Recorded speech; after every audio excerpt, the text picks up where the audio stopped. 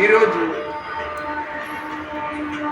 April 27 Sunday 2025 morning 10:50. ప్రాముఖ్యమైన విషయం ఏంటంటే సెయింట్ పీటర్స్ కో కేథడ్రల్ విచారణ గురువు రెవరెండ్ ఫాదర్ దామాల విజయ్ కుమార్ గారు 21 సంవత్సరాల క్రితం ఆయన గురువుగా అభిషేకింపబడ్డ పర్వదినం చాలా ఘనంగా సంఘస్థులు, నన్స్ అంటే మీకు తెలుసు కదా, సిస్టర్లు, తర్వాత యూత్ వైర్ వాళ్ళు, మర్యాదళ సభ్యులు వాళ్ళందరూ చాలా కవితలు చెప్పి సన్మానాలు చేసి ఆయన్ని అభినందించారు. దైవజనుడు నిజంగా పెట్టి పుట్టాలి. దేవుడు ఏర్పాటు చేయకుండా ఎవరు దైవజనుడు, దేవుని సేవకుడు అవ్వలేరు.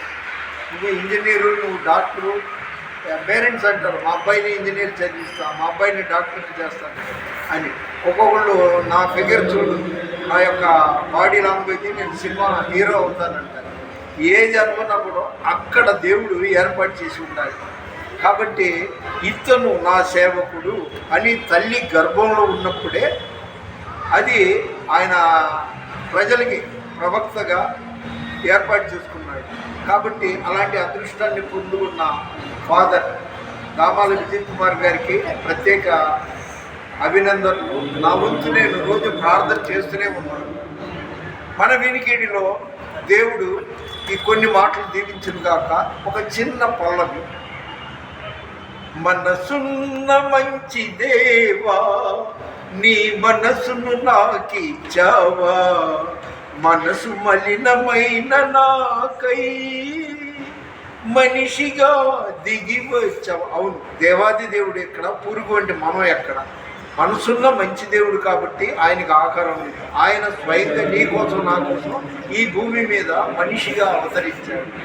మనం ఏమో ఆయన్ని నిత్యం శాశ్వత కాలం స్తుతించాల్సింది పోయి మనం ఆదివారం మొక్కుబడిగా కాసేపు వస్తాం, లేదా ఉదయమో సాయంత్రమో ఒక అరగంట ప్రార్థన చేస్తాం. దివారాత్రులు మనం ప్రార్థన చేస్తాం ఇక్కడ నుండి. అదేవిధంగా మన భారతదేశానికి పాకిస్తాను ఒకవైపు, చైనా ఒకవైపు ముప్పు పొంచి ఉంది.